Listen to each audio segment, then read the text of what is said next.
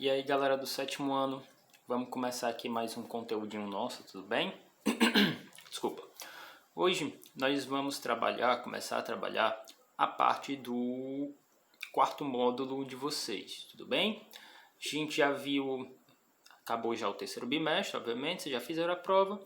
E agora nós vamos dar início ao quarto e último módulo. Como sempre, são 2 capítulos. Um capítulo vai ficar para parcial e o outro capítulo vai ficar para a prova bimestral, tudo bem?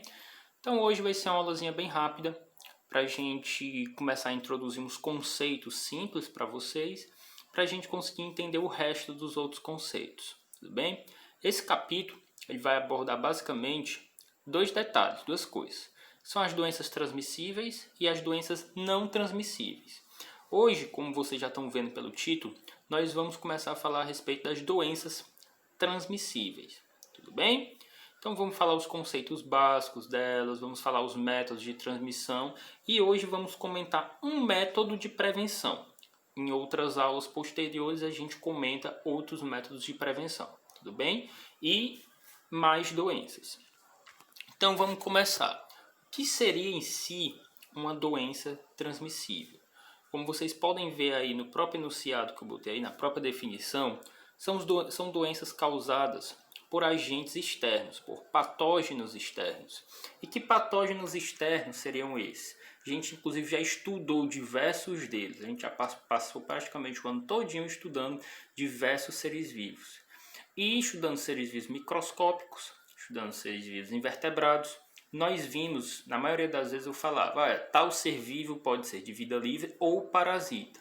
Então são basicamente esses parasitas que podem causar algum tipo de doença.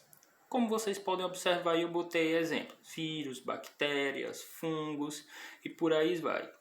E esses agentes externos que podem causar essas doenças, eles podem causá-las de diversas formas. Eles podem causar elas, por exemplo, destruindo uma célula, afetando um órgão, afetando um determinado tecido do nosso corpo.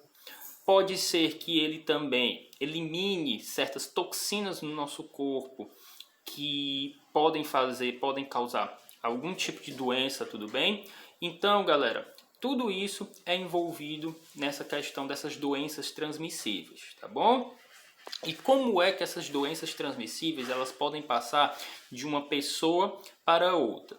Ele tem essas 3 formas aí, como vocês podem ver: a forma direta, a forma indireta e a forma específica. Forma direta, a gente está lidando muito com isso hoje, por exemplo, na questão do corona, de manter aquele distanciamento, né? É justamente para evitar essa forma direta aí. Ela pode ser transmitida através de um ato sexual, de um beijo, de um indivíduo que está doente para um indivíduo sadio, muitas vezes através de gotículas que vêm das nossas mucosas, como nariz, boca. Então tudo isso pode ser relacionado na questão da transmissão direta.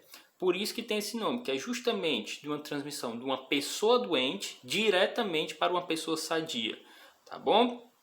A indireta, como vocês podem ver também aí na descrição, é através, por exemplo, de objetos. Por exemplo, uma pessoa com uma doença X bebe num determinado copo e outra pessoa vai beber nesse mesmo copo.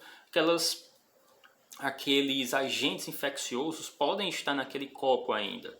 Então pode ser transmitido também dessa forma, através de uma forma indireta. Tudo bem, meu povo? Aí pode ser através de, como vocês podem ver, copos, agulhas, até roupas, em algum dos casos de uma doença bem mais agressiva, pode ser assim dizer.